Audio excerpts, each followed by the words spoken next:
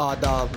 आप सुन रहे हैं मेरे यानी अदनान के साथ ऑब्जर्वर पोस्ट पर खबरनामा। शुरुआत करते हैं आज की मुख्य हेडलाइंस के साथ। हेमंत की शपथ का राहुल, ममता और तेजस्वी को न्योता। 28 नवंबर को चौथी बार झारखंड सीएम की शपथ लेंगे। जीएमएम बोला ऐतिहासिक होगा कार्यकाल। वैष्णो देवी रोपवे प्रोजेक्ट के खिलाफ हिंसक हुआ प्रदर्शन, पत्थरबाजी हुई। दुकानदार और पालकी वाले बोले प्रोजेक्ट से रोजी रोटी छिन जाएगी।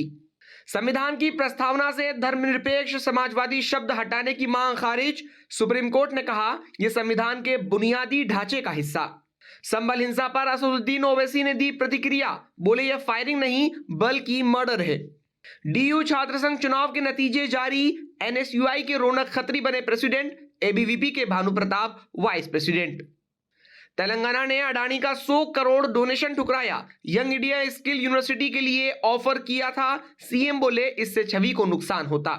मुंबई इंडियंस ने 4 करोड़ 80 लाख में खरीदा अफगानी गेंदबाज। इंटरनेट पर सुर्खियां बटोर रहे हैं अल्लाह गजनफर। अब खबरें विस्तार से। 28 नवंबर की सुबह 11:30 बजे झारखंड की नई सरकार शपथ लेगी। इसकी तैयारियां तेज कर दी गई हैं। हेमंत सोरेन के चौथे शपथ ग्रहण समारोह में इंडिया ब्लॉक के सभी बड़े नेता शामिल होंगे।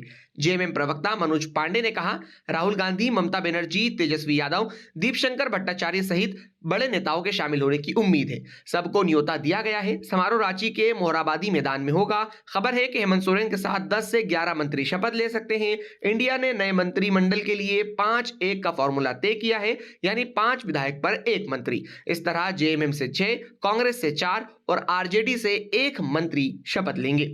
जम्मू कश्मीर के कटरा में वैष्णो देवी रोपवे प्रोजेक्ट के खिलाफ खच्चर और पालकी वालों ने विरोध शुरू कर दिया है।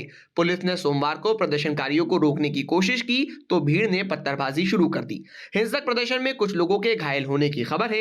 वैष्णो देवी श्राइन बोर्ड कटरा में ताराकोट मार्ग और सांझी छत के बीच 12 किलोमीटर के मार्ग पर 250 करोड़ रुपए की लागत से रोपवे प्रोजेक्ट का निर्माण करवा रहा है। वैष्णो देवी आने वाले श्रद्धालुओं को खच्चर और पालकी वाले मंदिर दर्शन कराने ले जाते हैं। ये उनकी कमाई का जरिया है, इसलिए वे इसका विरोध कर रहे हैं। रियासी के एसएसपी परमवीर सिंह ने बताया लोग पिछले 3 दिनों से यहां विरोध कर रहे हैं और हम स्थिति को संभाल रहे हैं। आज उनमें से कुछ ने पुलिस टीम पर पथराव किया। हम स्थिति को संभालने की कोशिश कर रहे हैं। उम्मीद है जल्द ही सामान्य स्थिति बहाल हो जाएगी। सुप्रीम कोर्ट ने सोमवार को संविधान की प्रस्तावना से समाजवादी और धर्मनिरपेक्ष शब्दों को हटाने की मांग करने वाली याचिकाओं को खारिज कर दिया। 22 नवंबर को हुई सुनवाई में कोर्ट ने फैसला सुरक्षित रख लिया था। सीजेआई संजीव खन्ना और जस्टिस संजय कुमार की बेंच ने कहा इन शब्दों को संविधान में 42वें संशोधन 1976 के जरिए शामिल किया गया था और यह संविधान के बुनियादी ढांचे का हिस्सा है। बेंच ने कहा संविधान में दर्ज समाजवादी और धर्मनिरपेक्ष शब्द भारतीय लोकतंत्र की बुनियादी विशेषताओं को बताते हैं। इन्हें हटाना उचित नहीं है। संविधान को उसके मूल उद्देश्यों से अलग करने का कोई भी प्रयास मंजूर नहीं है। पूर्व राज्यसभा सांसद सुब्रमण्यम स्वामी, वकील विष्णु शंकर जैन और अन्य की दायर याचिकाओं में कहा गया था कि समाजवादी और धर्मनिरपेक्ष शब्दों को संविधान में शामिल करना गैर जरूरी और अवैध है। ये शब्द लोगों की निजी स्वतंत्रता और धार्मिक भावनाओं पर असर डालते हैं। उत्तर प्रदेश के संभल जिले में शाही जामा मस्जिद के सर्वे के दौरान हुई हिंसा पर एआईएमआईएम प्रमुख असदुद्दीन ओवैसी ने सरकार और प्रशासन पर सवाल उठाए हैं। रविवार को मस्जिद के सर्वे के दौरान पथराव और हिंसा की घटना सामने आई थी, जिसमें 3 लोगों की मौत हो गई थी। सोमवार को संसद के बाहर ओवैसी ने कहा संभल की मस्जिद कोई 50 या 100 साल पुरानी मस्जिद नहीं बल्कि 200-250 साल पुरानी मस्जिद है। कोर्ट ने बिना मस्जिद के जिम्मेदारों को सुने आदेश पास कर दिया, जो कि गलत है। उन्होंने कहा सर्वे करने आने वाले लोगों को उकसाने वाले नारे लग रहे थे, जिसका वीडियो भी है। वहां पर जो हिंसा हुई है जिसमें 3 मुसलमानों को गोली है और उनकी मौत हुई है, मैं इसकी निंदा करता हूं। ओवैसी ने कहा यह फायरिंग नहीं बल्कि मर्डर है। जिस दिन कोर्ट में सुनवाई होती है उसी दिन आदेश पास हो जाता है। 1948 में बाबरी मस्जिद में भी यही हुआ था। उन्होंने कहा जो भी अधिकारी इसमें संलिप्त हैं उन्हें सस्पेंड करना चाहिए।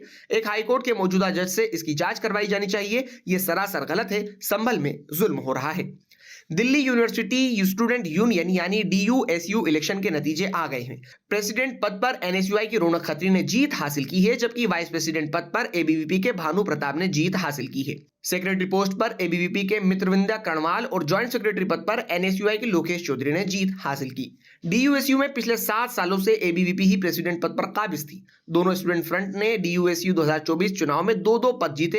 एनएसयूआई को प्रेसिडेंट और ज्वाइंट प्रेसिडेंट पद मिला, जबकि एबीवीपी ने वाइस प्रेसिडेंट और सेक्रेटरी का पद जीता। ये चुनाव 27 सितंबर को हुए थे। चुनाव के नतीजे अगले ही दिन यानी 28 सितंबर को आने थे, लेकिन दिल्ली हाईकोर्ट ने चुनाव प्रचार के दौरान दिल्ली में प्रत्याशियों के पोस्टर, बैनर वगैरह के चलते फैली गंदगी के कारण वोटों की काउंटिंग पर रोक लगा दी थी। हाईकोर्ट ने गंदगी साफ करने की शर्त पर यूनिवर्सिटी को 26 नवंबर से पहले वोटों की काउंटिंग करवाने का निर्देश दिया था। तेलंगाना सरकार ने अडानी ग्रुप के 100 करोड़ के डोनेशन का ऑफर ठुकरा दिया है। यह donation young India Skill University के लिए दिया जा रहा था। सोमवार को यह जानकारी मुख्यमंत्री रेवंत रेड्डी ने प्रेस कॉन्फ्रेंस करके दी। रेड्डी ने कहा, अडानी ग्रुप के मौजूदा विवाद की वजह से फैसला लिया गया है। डोनेशन लेने से राज्य सरकार और मेरी खुद की छवि को नुकसान पहुंच सकता है। सरकार की ओर से रविवार को ही अडानी ग्रुप को एक चिट्ठी भेज दी गई है। उसमें अडानी ग्रुप से यूनिवर्सिटी के लिए 100 करोड़ रुपए ट्रांसफर न करने का अनुरोध किया गया है। कई कंपनियों ने यूनिवर्सिटी को फंड दिया है, लेकिन तेलंगाना सरकार ने अब तक किसी भी ग्रुप से अपने खाते में एक भी रुपया नहीं लिया है। सऊदी अरब के जद्दा में चल रहे आईपीएल मेगा ऑक्शन 2025 में मुंबई इंडियंस की तरफ से खरीदे जाने के बाद चर्चा में आ गए अल्लाह गज़नफर। अल्लाह गज़नफर अफगानिस्तान के क्रिकेटर हैं। गज़नफर ऑफ स्पिन गेंदबाजी करते हैं। 18 साल के अल्लाह गज़नफर को मुंबई इंडियंस ने 4 करोड़ 80 लाख रुपए में खरीदा है। गज़नफर का बेस प्राइस 75 लाख रुपए था। गज़नफर ने मार्च में आयरलैंड के खिलाफ एक दिवसीय अंतरराष्ट्रीय मैच में डेब्यू किया था। गज़नफर इससे पहले 2024 में आईपीएल की ट्रॉफी उठाने वाली कोलकाता नाइट राइडर्स का हिस्सा रह चुके हैं। टी20 मैचों में अल्लाह गज़नफर ने 16 मैचों में 29 विकेट हासिल किए हैं।